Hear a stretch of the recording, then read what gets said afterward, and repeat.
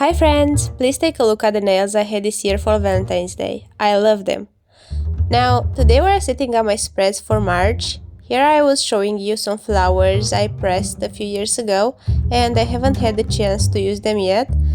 And also some silhouettes that would help us later in the setup. Also, for the cover page, I chose to do some daffodils, and as always, the sketch is already done. Again, this is a complete setup, so you'll get to see how I decorate every page.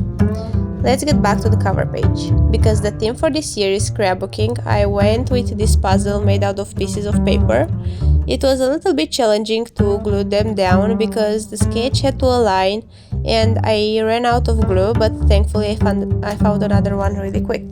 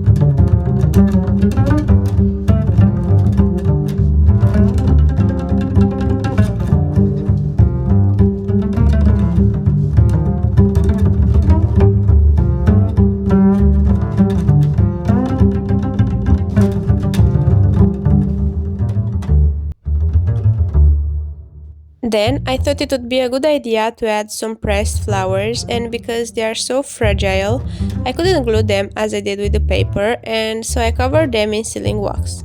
It looks good on camera, but in reality it didn't. After it dried, you couldn't see the flowers and looked weird on the page, so I carefully removed everything without whipping the paper and ended up gluing flowers instead, as I should have done from the beginning. I decorated the habit spread with an illustration of a field of clovers. I still struggle to paint like this, dark background and overlapping elements, but it gets better every time I try it.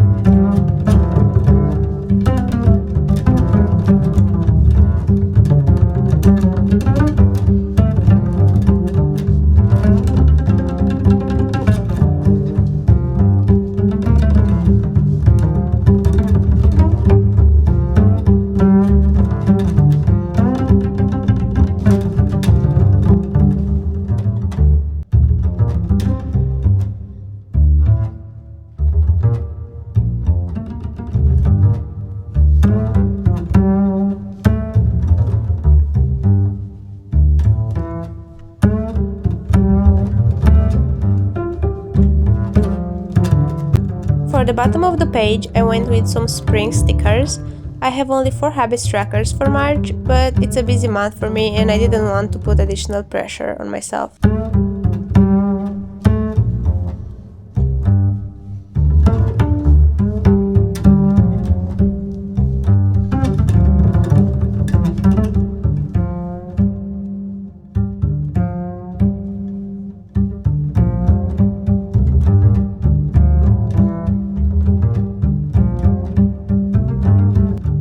Onto the first weekly we go. The whole idea of this scrapbook yearly theme came from the fact that throughout the years I accumulated a lot of washi tapes and stickers. For a long time I was afraid to use them because I thought I'd ruin them and then regret it, but then I got courageous and slowly began to incorporate them in my spreads. I loved the outcome so much that I decided to make a theme out of it for 2024. I have only 4 weeklies for March, and so I divided them into 4 pages. Basically, on every page I paint something related to the theme, and this is how it works. On the first weekly I paint clovers, on the second weekly I paint daffodils, on the third weekly daffodils, and on the fourth weekly there will be clovers. So there is not a lot of explaining to do. Little spoiler, I actually plan to post a step-by-step video on how I paint daffodils. It will start with the sketch and then how I personally prefer to paint daffodils. So if you're interested in that, you'll get to see this month how the whole process happens for me. So I will let you enjoy the rest of the video with the music on background.